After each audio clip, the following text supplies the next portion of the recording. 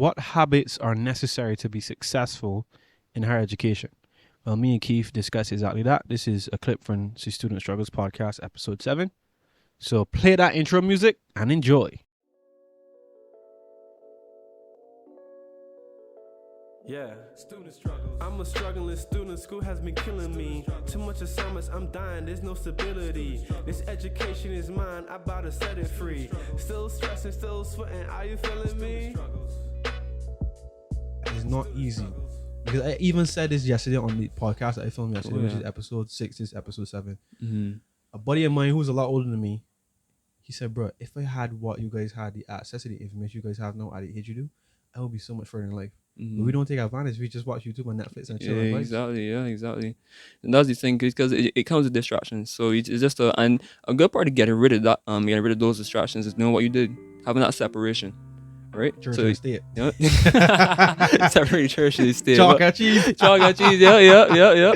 So that separation is good. Even translate into stuff like your work life balance, right? Separating. Okay, this is my work goals, academic goals.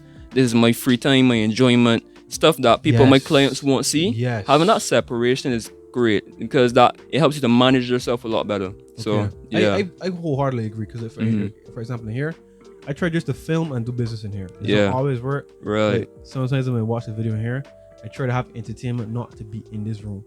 So like shoot. You ever heard about Atomic Habits by James Clear? I haven't heard of it. Atomic Habits. So it's essentially and I think this is probably good for anybody listening, but it's essentially that is the daily habits, anything that you do on a consistent basis to get where you want to go. Right. And like small changes in our habits can have dramatic changes over the looking at our life from like a bird's eye view. Right. So the book kind of starts out with the analogy that like if a plane taking off from like Florida is trying to get in Los Angeles, if it's a couple degrees off from how it takes off like in direction, you can end up in like the Gulf of Mexico. That's crazy. It is right. Just those 2 degrees over such a time frame made such a big difference because we know Mexico hella far from California. Yeah. So the same thing is that like you don't have to make humongous changes in your life, but there's certain habits you can make. So he talks about like the same thing, like having certain areas designated for certain stuff, when, where, and how.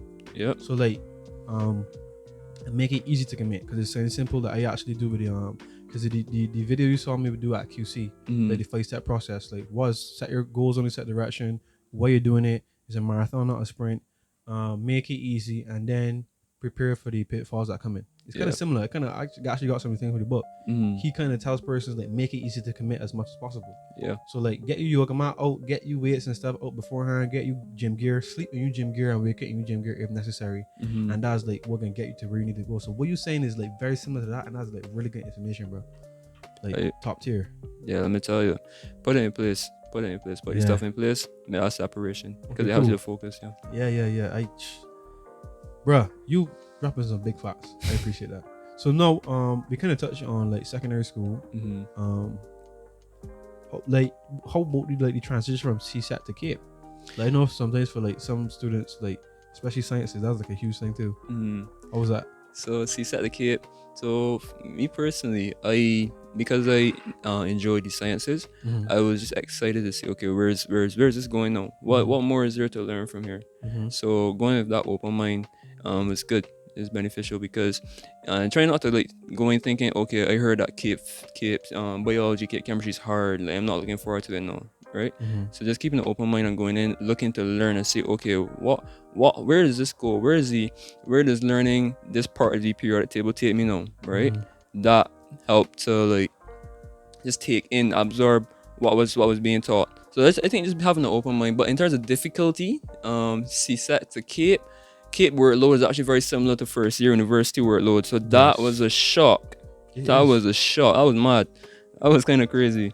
So it did prepare for university. Oh, listen, I wanted to go back to school and hug Miss Maria and Miss Brown, all of them. I want to go and hug them, like really, like give them a long. You were well armed. Well armed, and it helped you to hone the skills you need to get through and survive at university. So at the same time management, obviously I had to get better in CAPE. If not, you're not going to get through CAPE, right? So I would say the transition was just learning to deal with a bigger workload and keeping an open mind to know, okay, a new wealth of information is coming.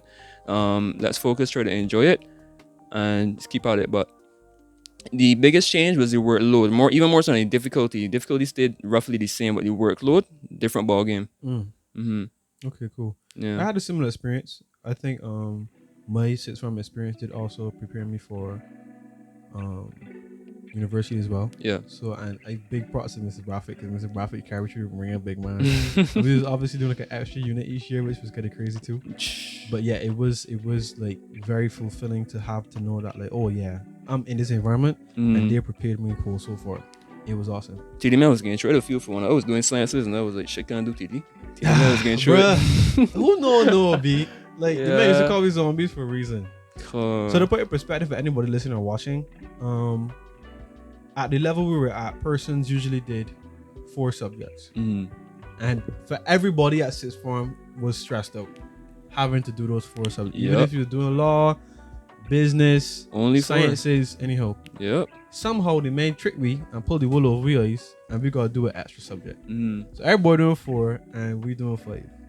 And bro, that was mad. Listen, we did do a different topic every single day in class. Like we only touching on things for like half a period and all bunch of craziness, bro.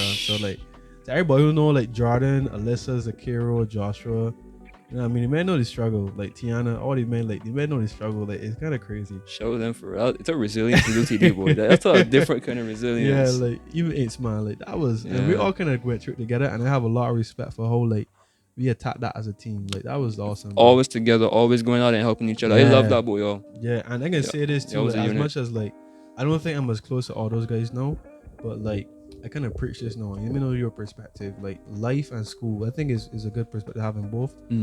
As much as like we, as persons, by default on some degree, we have like selfish aspirations for ourselves. I think that no matter what you do, school or life like, is not a single player game. It's No. a multiplayer game. Oh yes, I agree. That's another thing with sixth form. Did you have any study groups, like any major study groups before sixth form? Oh, before sixth Before form? sixth Nah, form? Nah. So Nah. something happened in sixth form. Something clicked. it did actually. Something clicked. So that happens, right? And that I think that will help you prepare for life and tertiary education, and as you get older in life. Because Yo. now too, I have a study group. I never You had one changed it, before. bro. Yo, you bring up some real fast there, bro. I never had a study group before.